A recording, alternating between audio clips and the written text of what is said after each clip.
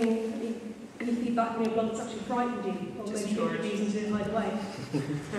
I really enjoy the emails on those. Yeah. I don't really tend to get into a debate because I don't think there's any point, but I do. I enjoy that. And the AIDS denialists are the worst for it. 9/11 truthers, obviously, but AIDS denialists are just, completely, they don't know when to stop. I just get entertaining emails. Just people going off. My favorite one was a series of emails from a shaman who lived in Alaska, whose actual email address is nanook@eskimo.com. Email, tell me you need some shaman services. And we went back and forth, and I'm like, well, what is this certification agency for shaman? Oh, no, it doesn't work that way. Well, how do I know you're a good shaman? But I never get really threats. It's just they get real mad, they send me one email, and then they go off and I never heard from them. I do get emails from the infamous Dennis Marcuse, David Mavis. I was going to say, I felt bad. David Mavis put me on the list. I felt bad about it too. If any of you are not familiar, there's this crazy guy who lives in, maybe I shouldn't say the word crazy since we're in London. There's this person who sends weird emails, who lives in Montreal, and he latches on to Randy in particular, but anybody who can be associated with Randy in any kind of way. So if you run a skeptical site and he notices you, you get the emails too. It's all this completely nonsensical stuff about Nostradamus, and I predicted that this was going to happen, and this wasn't, and Randy would give me the $1 million. It's usually like pictures of goats on fire and stuff. He's been sending some lately. I know not many lately, but I hear he's been sending some kind of threatening ones. Yeah. Very threatening. P.Z. Myers has been on the receiving end of his, the serious death threats. Yeah. Death threats interspersed with Depeche Mode videos. Totally random. A lot of the hate mail, I guess, is because you do get some. The majority I've had has actually been from Christians, even though I'm not particularly, I'm not one that's particularly known for atheism. But a lot of the kind of threatening stuff is really quite boring unless it's legal stuff, in which case it's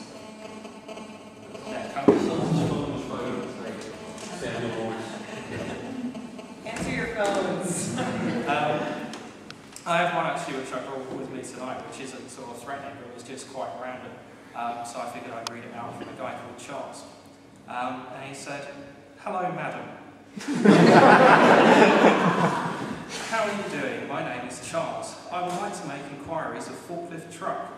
Also, I would like to know the kinds of credit cards you accept as a method of payment.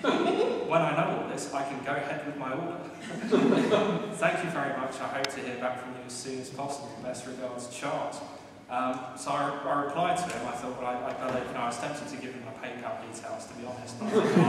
I'll set the guy straight. I said, "Dear Charles, we do not sell or rent forklift trucks at layscience.net.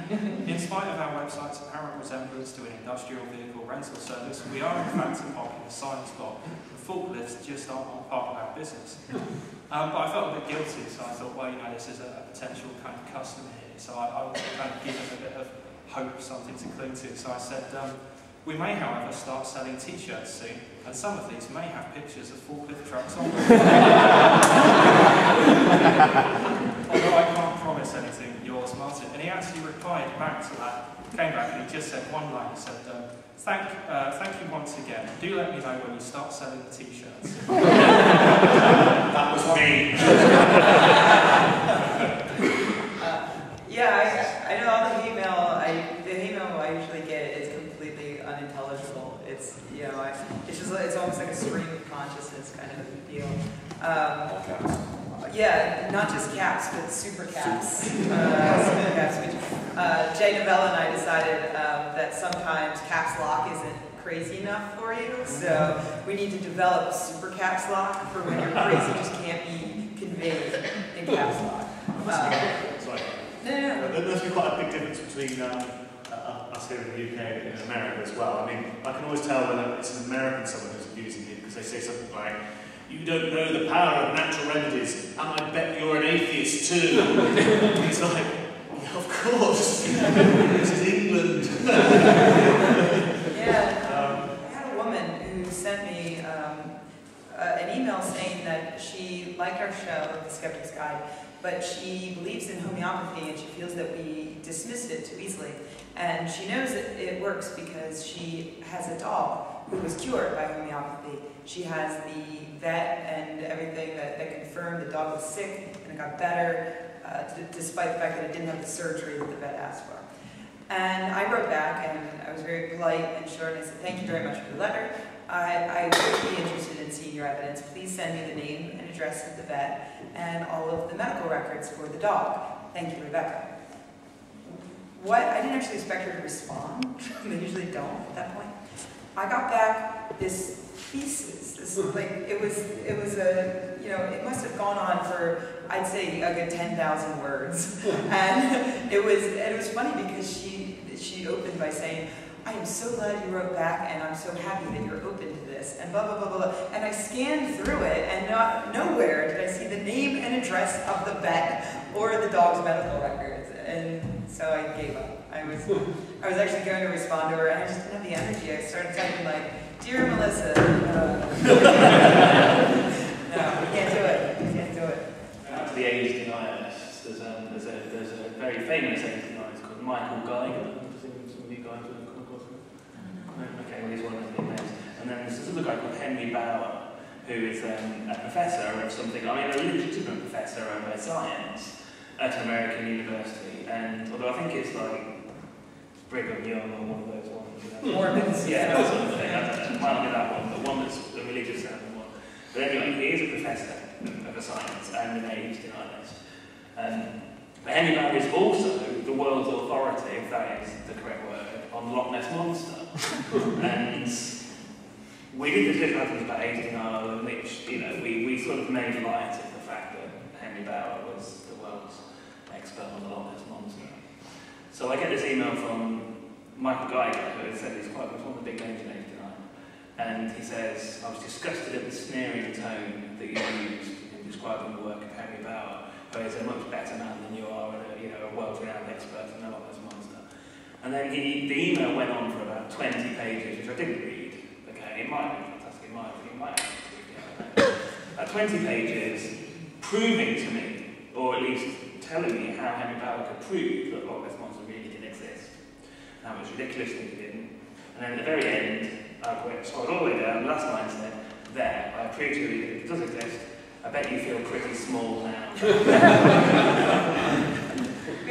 think that in cases like that, it's important to find common ground. So I think that you should write back and let them know that, just to put it out there, it's probably true that the Loch Ness Monster does not have AIDS.